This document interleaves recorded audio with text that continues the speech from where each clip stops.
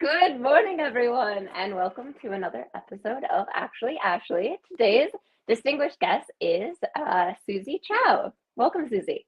Hello. Thank you, Ashley. I'm really excited to be here. I am so excited. I reached out to you randomly via Instagram, and I was like, "Hey, I know that you're like really prominent on Instagram. Would you mind doing a LinkedIn Live with me?" And you're like, "Sure." You're so sweet. So thank you for doing this. I'm quite active on LinkedIn as well. So if you're tuning in on LinkedIn, you can just give me a follow because I post kind of similar content.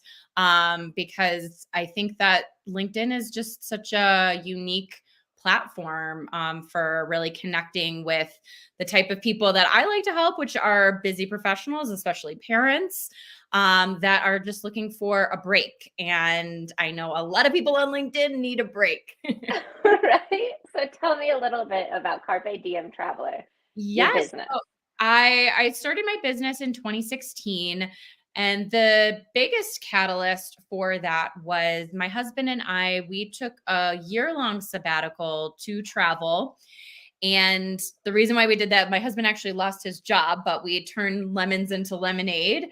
It took a lot of convincing. It was my idea to do this. And but he eventually got on board and we ended up going to all 7 continents in that year. It was incredible.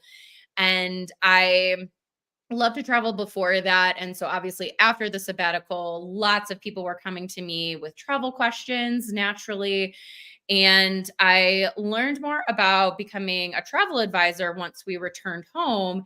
And I thought that was a great opportunity to get paid for my expertise and knowledge within the travel industry. Yes, I started that in 2016 and then have evolved over time. I do have a big heart, especially for helping other people who want to take sabbaticals. So that's a big portion of my business.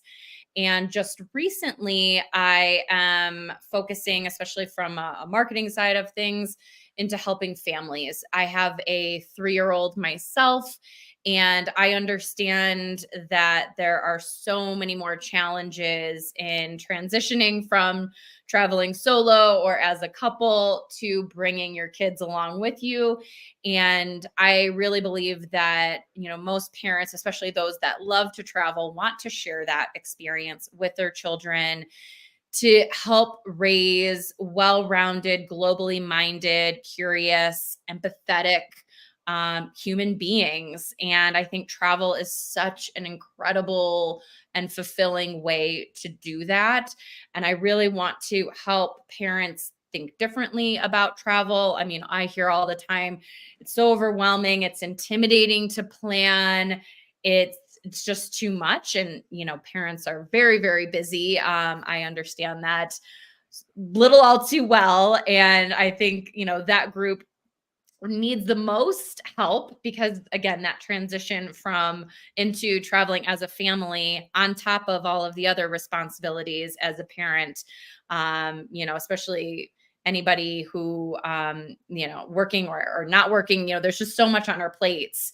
And I want to make that process easy and exciting, because travel should be exciting, but really helping people overcome the initial overwhelm and stress and focus more on how to use travel to strengthen family bonds, get closer to your kids and your partner, yourself, and using travel really as a way to grow and to change and enhance I like to say travel to elevate your life, not escape your life. And the message out there is so much go, just escape the day to day, and that's what's being pushed to us. And I understand, especially, when we think of vacation, we think of a break from the routine and, of course, work and anything else that might be stressful in life. But I think that you can also use travel as a tool to really elevate your life, get better, grow, change, and enhance. And at the end of the day, like just fill your soul, like do the things that you want to do and that you've been pushing off for way too long.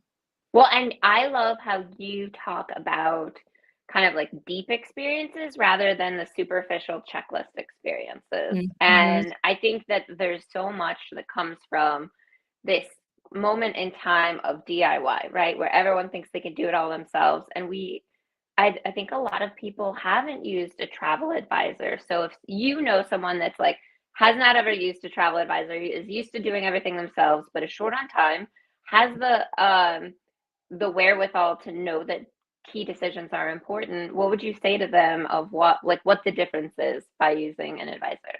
Yeah, and I think that there's different types of advisors, and being again in the industry for 8 years now, I there's a huge array, and I think it's important to find the advisor that you align with, because there's plenty of advisors that do specialize in cruises, all inclusives, Disney, etc. And if that's the type of vacation that you're looking for, like, there's plenty of people to serve you.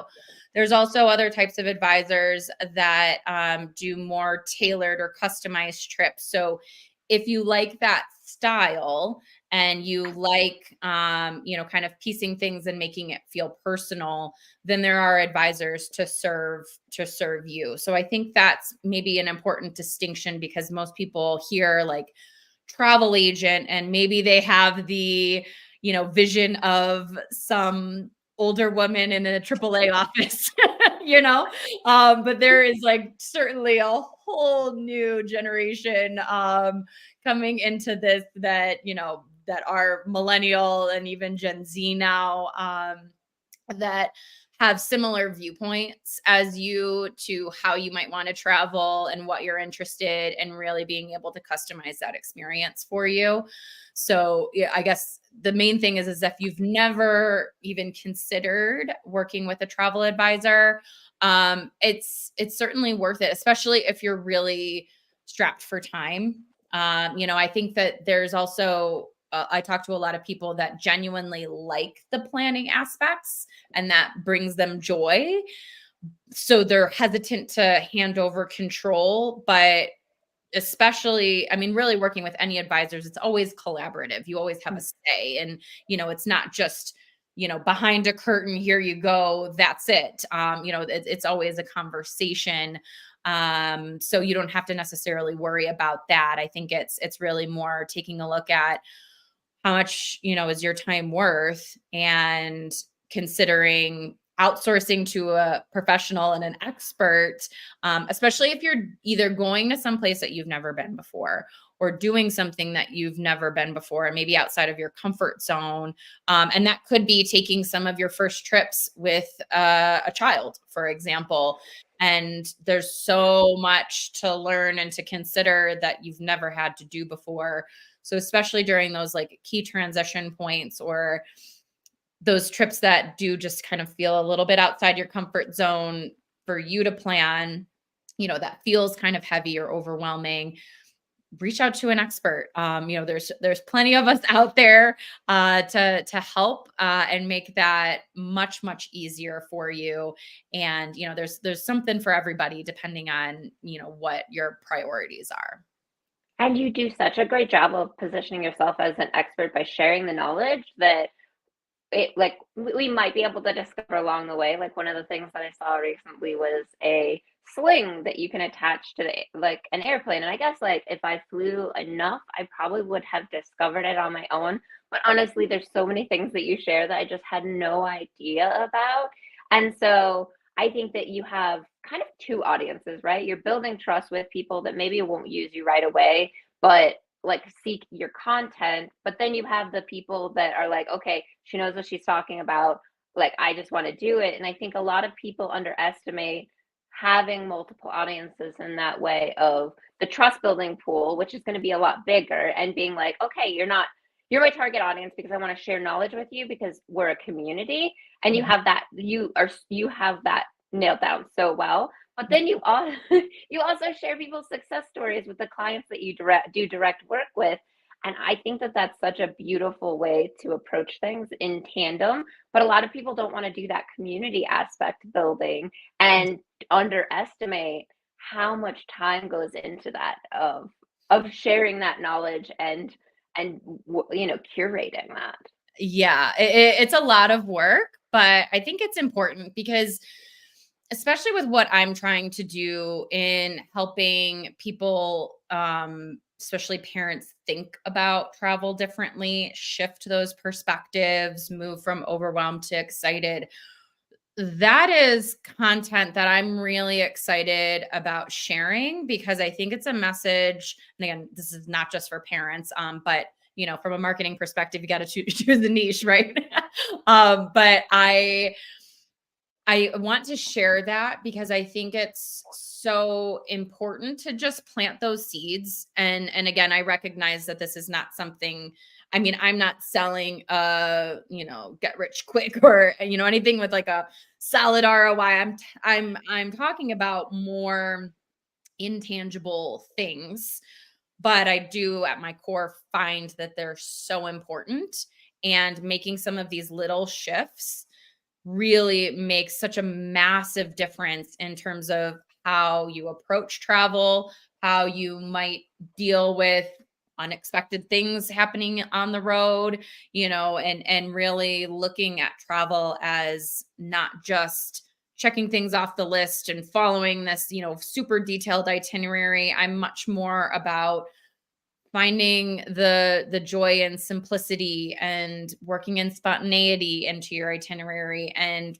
leaving space for those moments that at the end of the day are probably going to be the most memorable things. Because if you think about most of the trips that you've taken, or I should say like the highlights, like if I were to just ask you like what some of your favorite travel memories, I'm guessing that most of them, you probably have a couple in your head right now. I'm guessing that, maybe like one or two might be like, oh, I did that thing that I really wanted to do. Like I wanted to see, the Eiffel Tower in person. Like that's awesome. But a lot of the other ones that probably are floating around in your head are just a conversation or a sunset or, something super simple, not planned, but just either it's probably special because it's something that it's special because it's, who you were with, or it was special because you were just very present and probably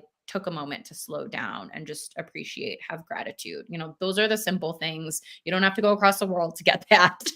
I obviously love sharing, big international trips, but like at the end of the day, you don't need to do anything fancy to have those moments. And I just want to help people not feel pressured, I guess. Like especially parents have so much pressure and like, parental guilt, especially mom guilt. And, we've got so much on our plates. Like I want to relieve some of that stress and guilt and, be able to put a new lens on what travel can be.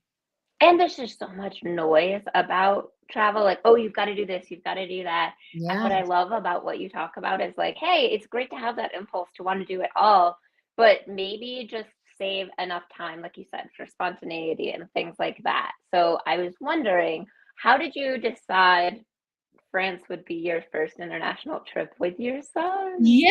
Well, first, I would say transatlantic. We have taken him to Mexico, but Okay. we did an all inclusive, and that's not really our style. Okay.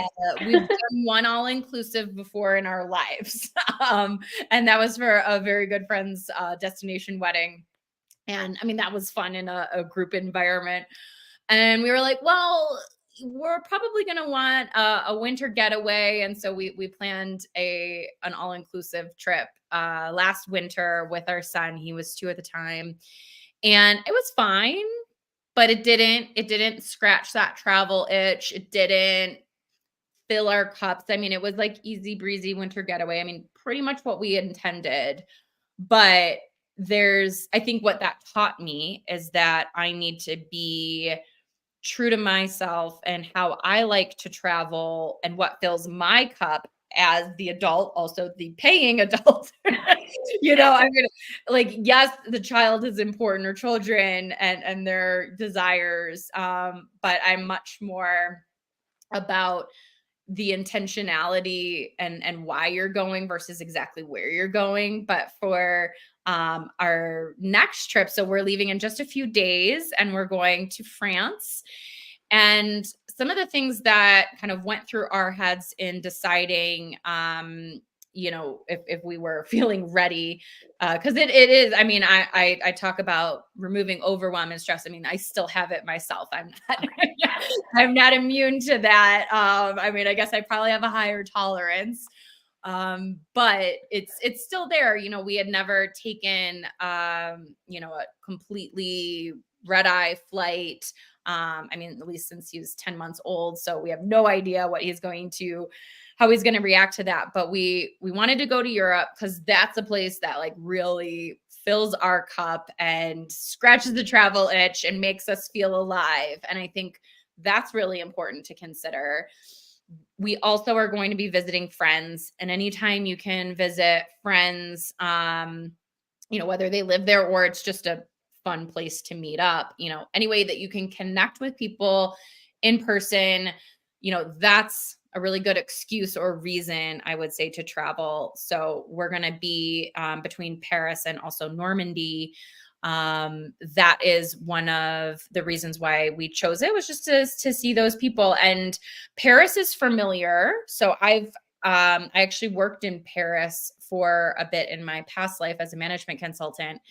And so I'm very familiar with that. So I knew that, again, for our first trip, with our son at this age, where jet lag could be, maybe a total nightmare, I knew that was a good place to start because we wouldn't feel obligated or, wanting to go and see and do it all, because I've pretty much done, the big things. So it's more just about, we'll play it by ear and see what happens, and we'll react to what we've got. And that makes us feel relaxed, and very much the child or children pick up on the vibes that the parents are putting out. So if the parents are stressed, then the child will be cranky, and it's just this vicious cycle. So we knew that we could just be relaxed there, and just enjoy it and see what happens. But Normandy is going to be new to me. So it is, again, like filling my cup and seeing somewhere new. And like I said, that's important. And then the other factors, or priorities for us were cost. I was able to get an amazing, award flight, on Air France. That's a direct flight, from Denver. So, those all, like, things just kind of aligned. And I think that one of the, this is an example of where I had an idea and I kind of just like played with it, and things just started to line up. And, I had some flexibility in dates, so the flights worked out. But I think people put so much stress and pressure on themselves to like choose the right place, versus listening more to their intuition and gut, and just kind of like being a bit more open, to possibilities. And that makes all the difference in turning, these stressful, overwhelming decisions into ones that, like, this just, is flowing. And, that might not happen every time, but I think the more you practice that and more intentionality you have, the easier it will be to not feel so much pressure on like making the right choice, because there is no right choice ultimately. I mean, people always come to me, should I go here or here? Both places are great. That's where we then dig a level deeper, to figure out like what they actually want out of the trip, and then the decision becomes clear very quickly. And so you do offer such a bespoke perspective in a consultative approach rather than being like, oh, well, there's a clear winner right here. You're like, oh, no, like, what are your values? But that takes practice and takes a level of trust building that I don't think a lot of people even like put together as like a priority. And so, like, how do you win people over like that? Like, hey, let's do a little self exploration before we make some decisions because like they're already overwhelmed, they're coming to you. How do you approach that? Yeah, I think, well, it's a very different approach than maybe any other kind of travel advisors, professional in the space takes, at least that I'm aware of. And, there's varying degrees of kind of doing some of that digging before really diving into the details. And I think it comes down to, this is my process. This is how I work with clients. And I think people do want somebody to take the reins. I mean, anytime I am, working with a service provider that's like, this is the process, this is how I work, I'm like, I feel a sense of relief, right? Like they've got this. I just have to, do whatever my part is. And I think that helps put them at ease. But it is quite different than working with other, either doing it themselves, or if they have worked with other advisors where it's much more transactional, where like they have to come with, I want to go here, this is my budget, and this is what I want to do, go create. I honestly prefer to talk to people before that stage. Like, you can come to me, you don't need to know what you want to do, where you want to go, even really your budget exactly, because I have the answers to that. So you're coming to me as the expert, and it's okay that you don't have the answers. We'll get there together. And I think that that is relieving, to stressed out individuals that really need a vacation, right? I think the answer is just really being able to set expectations, for them to be open-minded, and what ends up being created and planned is going to be so much better for slowing down, doing some of this pre-work before we can speed up and actually plan, a very curated experience for them.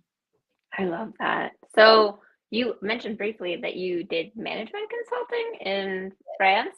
Tell me a little bit about that and how some of those skills maybe carry over into you touched on it a little bit, but Yeah, I was a management consultant for 13 years. I was only in Paris for a month of that. I was quite lucky. Well, I would say I made some of my luck. When I first started, my biggest goal, the reason why I went into management consulting, was because I thought that that would give me the best opportunity to work abroad. That was my ultimate goal. And I did that within 3 years. I was working, in different cities in Europe, and that was fabulous. And I stuck with the career, and I think that what was great was I was able to work with a whole lot of different clients across all different industries, mostly Fortune 500, honestly, mostly Fortune 100 companies. And it was really fascinating to see the behind the scenes, of those companies, and some of these huge initiatives and projects that they were working on. And I think that the transferable skills really were, so I was usually in a project management or business, analyst type role. So it was all about, managing a project and timelines and tasks and all of that, which, as you can imagine, is very applicable to planning an itinerary. But the business analyst, that's really at the core, asking the right questions to mm, be able to understand somebody and what their real needs are, not just their needs that they're communicating. And that is so true in planning a vacation, because somebody will come to me and say, I want to go to Italy and I want to, do these things. But again, asking some follow-up questions, it might be revealed that, well, maybe they only really are saying that because their friend or neighbor went to Italy and they said it was amazing. I mean, what's not to love about Italy, right? But maybe that's not aligned with what they really want. And they just don't know what questions to ask even themselves to get to that root, of what they ultimately will find fulfilling in a trip. well, and so much of like they've done a lot of studies that people will actually enjoy the trip planning aspect better than being on the trip, and they'll only remember, like that planning process more positively. And I think that that's a great reason to use your skill set, because you like can create those core memories, whether it's for your kids or for yourself. My partner used to teach like cooking classes abroad in Italy and France, and he Wow. said that people would have these transformative moments where they were like, I'm going to, and just like be like, I want to leave my wife, or I want to start this whole other business. Like they're doing cooking classes and they want to do like this. And then he's just like, slow down. Like, like we're here for this one thing. And he was like, you see these people having these like huge transformational like decisions that they wouldn't have made in their current context in the United States in their day to day. So, how much of these questions are like, do you see helping people make other enlightening decisions that are building their life in a new way? I love everything that you just said because it's so true. And that is the root of everything that I get, excited about what travel can do is you can have those transformative experiences, those aha moments because you're not in your normal environment. Instantly, if you go somewhere new, and again, I mean, it could be halfway across the world or it could be, a short road trip away, but you're outside of your home and your routine and all of those things, those automated decisions that you make, living on autopilot, so to speak. You're taken away and then you're put in somewhere new. And I would imagine a lot of the people who had some of those epiphanies in the middle of a cooking class is like, I really love cooking, or to the divorce, it's just about being outside of your normal thoughts, to have the clarity to be able to understand so much more quickly what's really important to you. And that's the power of travel. And that's what I'm really all about. And, especially, I think a lot of people who take sabbaticals, that's a big portion, but you can even have those moments just in a normal vacation. And that's one of the reasons why I'm kind of making this pivot from focusing on sabbaticals to family travel, is because I took a transformational travel design program certification just in January and February. And so I learned so much in how to design experiences that foster that transformation.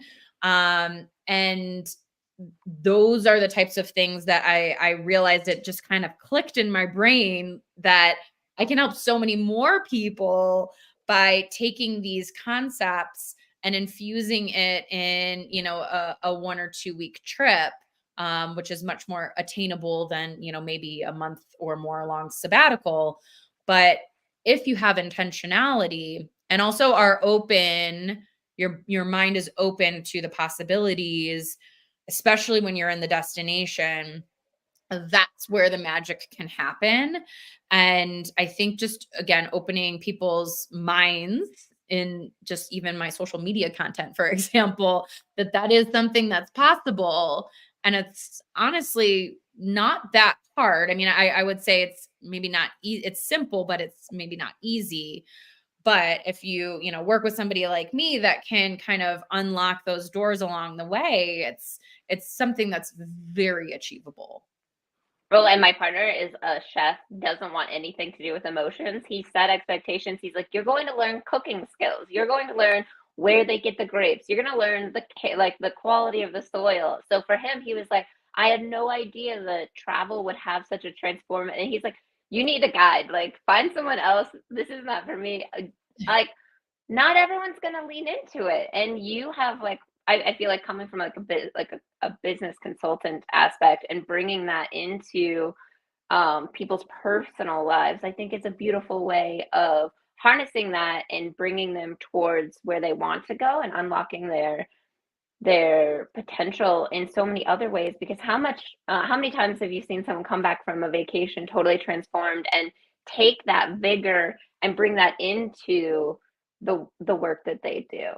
Mhm. Like it's a beautiful thing. And I think more people need to do that, invest in that, so that, hey, like maybe I come back and I'm refreshed and I bring a new light into my team or into my organization. And that integration work after the trip is so often overlooked. I mean, I think it's amazing when it does happen, but for so many people, they have this wonderful experience. Maybe they had an epiphany that they wanted to change their lives, but then they went home and they're like, that's kind of hard. I don't know. That. So that's I have what I call the soul framework. It's 4 parts.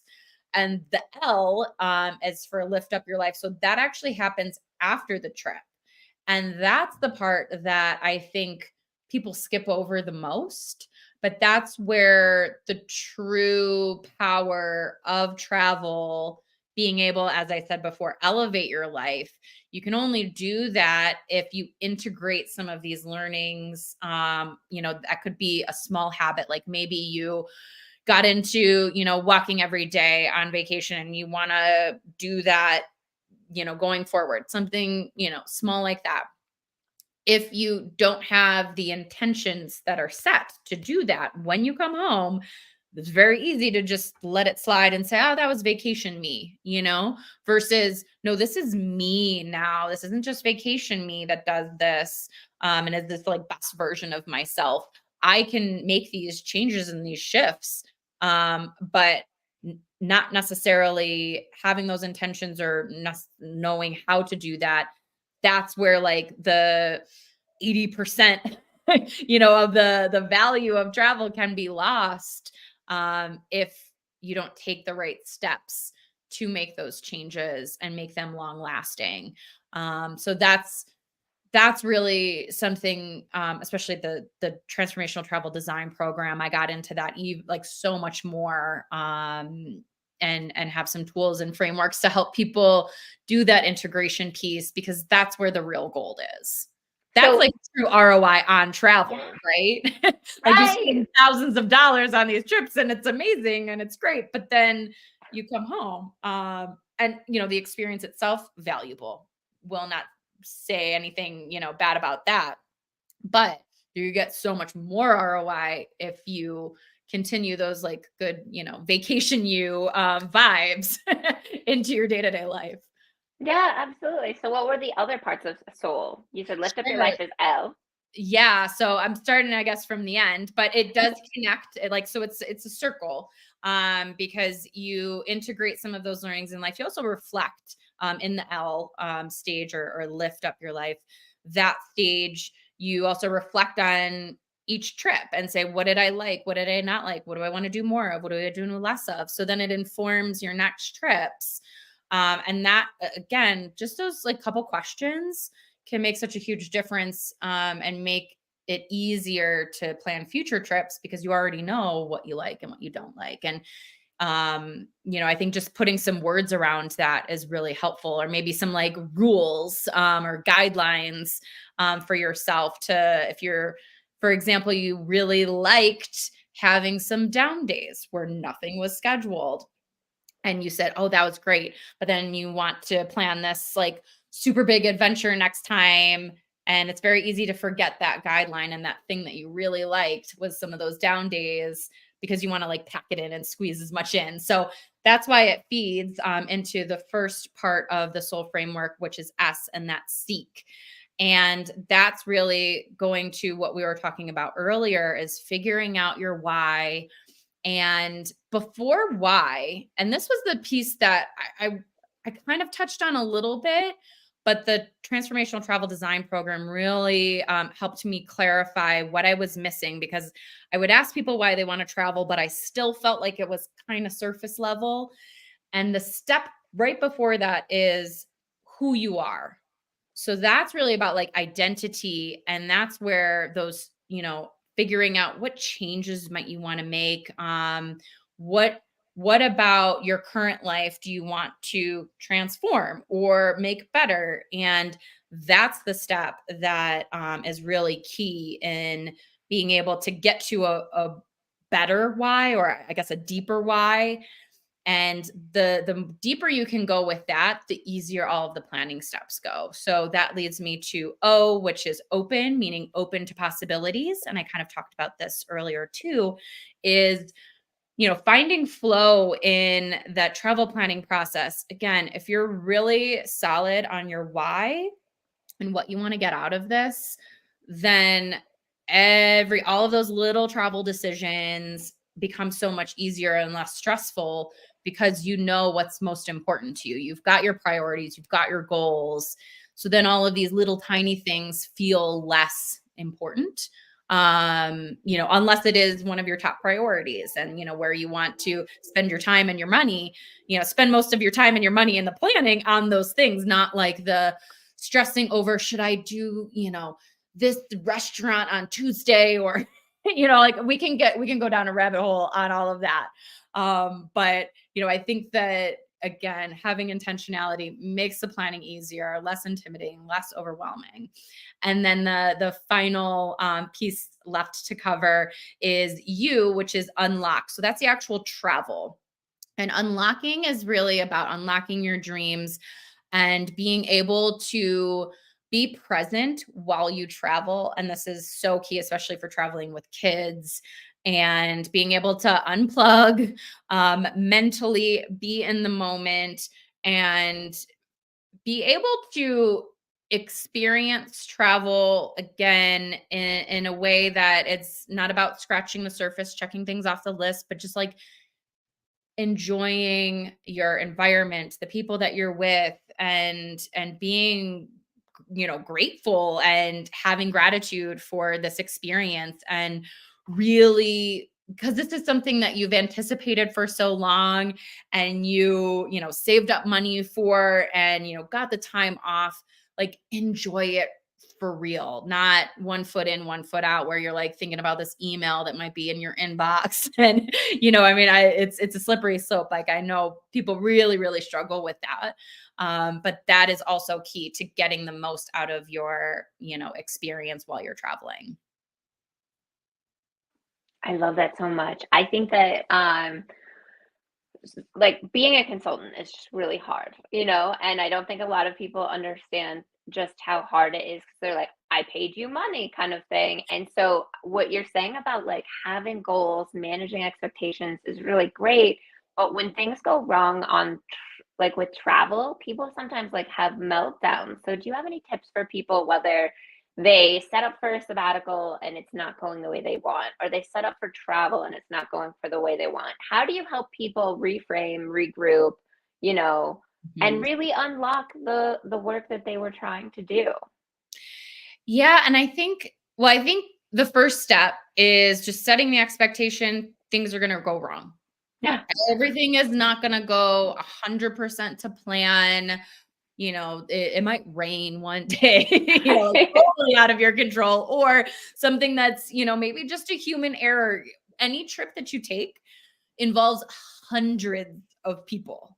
Like, just by, I would say the average trip. If you're going to, let's say, a hotel, a lot of people work at that hotel, and maybe one person missed, a step, and your room wasn't clean on time, or things like that happen, right? So just setting your expectation that, you know, not everything is going to be, 100% on point, everything up to expectations. I guess just lower the bar. Not to the point of like not enjoying it, but just lowering it from a less pressure on that, like less pressure on everything going well. Because sometimes I think even just planting the seed that sometimes plan C can be better than plan A. So sometimes things go wrong, it wasn't originally as you expected. And again, I think it's just a reframe of what wrong or bad is. Generally, it's just it didn't go the way you had anticipated or planned or expected. But whatever then happens after that can be better if you're in the right mindset to just be open to going with the flow. And I know that that's not, a lot of people aren't cool with going with the flow. I don't know if you've seen like the things going around Instagram, like I'm totally chill, I go with the flow. But like, what time does the flow start? What's the parking situation? Like, so, but if you can release some of that control, that allows you to be more open to some of the magic and, like I was saying, the spontaneity and the serendipity, those things usually happen in those unplanned moments. But you have to be in the right mindset to embrace it and not be like, "Ugh, it didn't work out how I wanted." So it's very much about how you view what wrong or bad is. Yeah, and knowing what your limits are, right? Like you have Yeah. to set yourself up for having the right level of expectations, like you said. But just I have a friend who is like in his 40s and he's like, I bought everything. He has lots of hobbies. And he's like, I bought all the things and now I'm realizing I have all the things and it didn't bring me joy. I just went to Japan for 15 days and loved it. And to see him light up was really exciting because I think that he unlocked something that people don't even realize that early, And he's like, I wish I would have learned that in my 20s. I would have pursued a different kind of career and things like that. So, like, if for anyone who's watching right now and is kind of on that cusp, right? They're obviously curious, travel curious, if they're tuning in right now. What would you say that travel could do for them to unlock a better life? I think it's really similar to what I was saying before is because you're outside of your environment, you have just a different sense of self and clarity that just naturally comes by not being in your normal environment.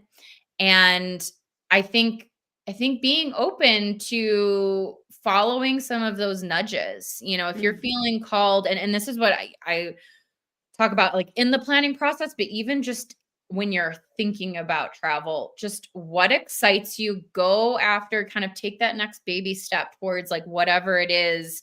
If you saw, let's say, a LinkedIn post, Instagram post, like whatever, about a place and you're like, whoa, that looks amazing, I want to go there. Usually that's what it is to like spark something in you. And I say just follow it. And also don't shut out possibilities. One of the things, the questions that I sometimes ask people is, if you won the lottery, all of a sudden have millions of dollars, like, where would you go? What would you do? Just like what's immediately comes to your mind. And some of these places that people respond with, I'm like, that's actually very achievable. But some people just immediately shut it out because they think it's too expensive, without even taking a step to look at, like, Googling how much it is to, stay in a certain place or go to, this country. And they just shut themselves off from possibilities because they have assumptions about it. And a lot of times those assumptions are based on what mass market media, especially the travel industry, is pushing you, which is, the five-star luxury everything. Because of course that stuff looks super sexy and amazing. And, who doesn't want that? But, if you are feeling called to go somewhere, you don't have to stay in, those places that, might not be financially feasible for you right now, but you can still have that experience and it can be amazing. So there's just different ways, like, to slice and dice travel to that point, making it more affordable. But the bigger point is just kind of follow those nudges and see, where does your intuition take you and what are you interested in, and just kind of continue going down that path. And you might be surprised to find that it actually is more possible than you initially thought. Well, and I think back to what you were saying at the very beginning, where you were like, "Oh, we did all inclusive, and that was fine." Mhm. Travel is what you put into it, just like any consultative approach, right? The more bespoke and more deep truths you pursue, and that's what I love about the name of your business, Carpe Diem, seize the Yes. day. How did you find? How did you choose that? Oh, well, I don't have a big story. I was just ideating all sorts of ideas. I mean, everything. And that one really spoke to me because, even though this was years ago, the concept of seizing the day really spoke to me because I don't think people do that enough. They push things off for years, versus just really being like, no, I'm going to do this. I'm going to fulfill this dream. Let's go. Let's figure it out. And, being able to do that in a way, especially with travel as a vehicle to do those things, that really speaks to kind of the core of my business. Oh, and you've been recognized by Condé Nast, like for since what, 2020? Like you, Yeah. Yeah, and so they re-upped this year. That was just recently announced. So I'll be putting that out on social media, but that was really exciting to be included and honored in that way. I love that so much because I think a lot of people don't realize how much time and effort you have put into putting yourself out there, making sure that you are sharing like your approach in a very unique and very thoughtful way. But also, like you're doing the trainings and you're doing all of those things. I mean, people could do that as well and be their own travel guide, but it's just so much easier to lean on an expert who has really has really you travel a lot, you know what you want to do, and so if someone really wants to seize the day, I think that you're such a great option for someone who has such a thoughtful approach for what they want rather than an advisor that's like, here, I have a widget, let me sell it to you. You're not a distribution point, you Right. actually are helping people, like you said with the soul thing, unlock what they're really looking for. And I think that's such a beautiful thing. What a beautiful way to choose your career. Where do you think the next 5 years is going? Oh, good question. I mean, I really am very passionate about this new direction with family travel, and I am going to be launching a course in the next month. So that's really exciting. I would love to scale that, both the course and honestly, even bigger than that is the community aspect, because I really want to build and foster a community of like minded parents that have common goals of wanting to explore the world with their kids, raise, as I said in the beginning, responsible, thoughtful, empathetic, globally minded children. And that was one of the reasons why I chose, a focus on families, was because I can impact multiple generations with this work. Because I think kids, if they grow up taking really enriching trips, then they're going to see travel as a way to do exactly what we've just been talking about, to grow and change and to learn, not just go and sit on a beach. Not that there's anything wrong with that. Like there's a time and a place for those types of trips, but really being able to integrate some of those more enriching and meaningful trips, and build family bonds along the way. So in the next 5 years, I would love to grow and scale that community, the course, and obviously, I am doing one-on-one work right now. I don't know. Maybe in 5 years I won't even be doing that. We'll see. But I really have got a big, big vision for this because I think it's so needed. And I think my job right now is to just kind of shift people's perspectives to show them this kind of new path and approach to travel. And I know that that's a difficult road, but it's one that maybe I'm crazy for walking down, but I just feel really passionate about sharing this message and showing people what travel can do and how you can use it as a tool to better yourself. I love that. I think that that is such a great high goal. I think back to how the Michelin star got started as like, Michelin tires. They like wanted to be associated with travel. And so then they started like exploring, like how to highlight food. And then it became this big thing. But if you go back in time, I think that like that shows room for like evolving. And anyone on LinkedIn right now is going to um, be looking for their next steps for evolving. And so it's great to be able to see you continue to adapt and grow in ways that just light you up. It's you're not making content. I'm sorry. I struggle with people that are like, oh, I have to make content today, and they don't want to do it, and you can just see it. But you Mhm. light up so much more every time you're doing something. You're like, oh, this is a new problem solution. And so it's really cool to see you have like a framework of a business consultant. You talked about expectations, assumptions, all of those things, but in a really meaningful way that isn't buzzwords, that isn't Right. Yeah, we're not finding like, CG in our itinerary. right? But you do know the language of what speaks to people, and I think that that is, linguistically, so important to help people connect and build that community. And so I see great things in your future. And thank you so much for sharing. Is there anything you have a free guide that you Yeah. So especially if you have any parents watching or people that have friends, coworkers that are travel loving parents, I pulled together a free guide and it's called 99 Family Adventures Beyond Disney and All Inclusives to Raise Curious Explorers. So that is a wonderful free guide. I can maybe pop it in the link on LinkedIn in the comments, but otherwise it's on my profile on LinkedIn, my bio and Instagram. My Instagram handle is at Carpe Diem Traveler, as you can see here. And yeah, so that's a great place to start, or just feel free. I am so open. Hopefully you got that vibe from this interview. Very, very open. Just send me a DM if you have questions, or if you have other thoughts about anything that I covered. I'd love to hear what resonated and landed, especially as I'm creating more content. So, I want to make sure that it is valuable as the reader and consumer. It's not just about me. I mean, it's really about how can I help take people from point A to point B and being able to make, travel again, less intimidating, less overwhelming. That's what it's all about.